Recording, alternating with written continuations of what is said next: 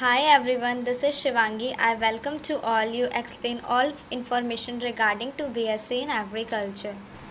सबसे पहले ये जानेंगे बीएससी एग्रीकल्चर होता क्या है, कितने साल का कोर्स होता है, एडमिशन प्रोसेस क्या होता है, एलिजिबिलिटी क्या होती है, एवरेज कोर्स फ़ी कितनी होती है, एवरेज सैलरी कितनी होती है, जॉब प्रोफाइल।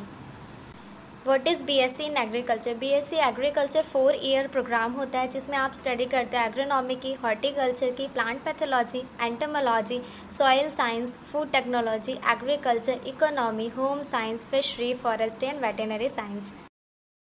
नॉर्मली बीएससी आपका 3 ईयर होता है, बट बीएससी इन एग्रीकल्चर आपका 4 ईयर प्रोग्राम होता है।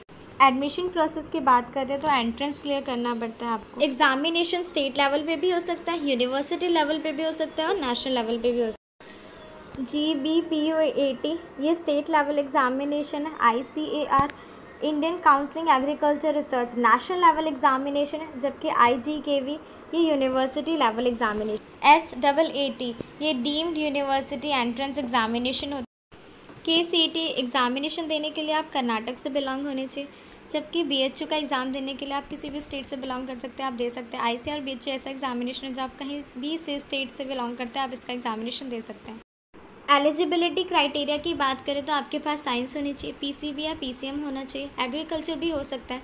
एंट्रेंस एग्जामिनेशन में फिजिक्स और केमिस्ट्री कंपलसरी सब्जेक्ट है, जबकि बायो, मैथ्स और एग्रीकल्चर में ऑप्शन है। इसके अलावा कुछ यूनिवर्सिटी या स्टेट लेवल एग्जामिनेशन में आपके रीजनिंग के क्वेश्चंस भी आते हैं और जनरल नॉलेज के भी क्वेश्चंस आते हैं। 12th में आपके कम से कम 50 to 60 मार्क्स होने चाहिए बीएससी एग्रीकल्चर करने के लिए। अगर हम एवरेज कोर्स फ़ी की बात करते हैं तो वो डिपेंड करता है आपका कॉलेज कौन सा है, प्राइवेट के गवर्नमेंट।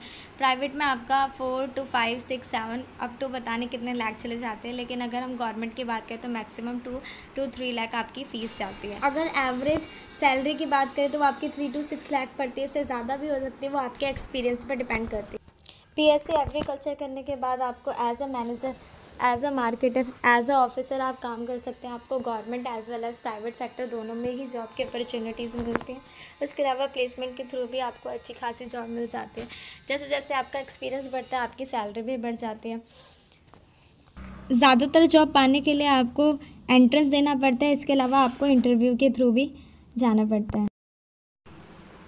बीएससी इन एग्रीकल्चर करने के बाद आप एमएससी भी कर सकते हैं, पीएचडी भी कर सकते हैं, एमबीए करते हैं। जितने ज़्यादा आप हायर स्टडी करते हैं उतने ज़्यादा आपकी सैलरी बढ़ती जाती है। इसके अलावा एक चीज़ आपको याद रखनी है कि आपको एग्रीकल्चर में भी बहुत मेहनत करनी पड़ती है। अगर आप सोचते हैं कि agriculture easy, it's not a easy, आपको बहुत बड़ा मिथ है।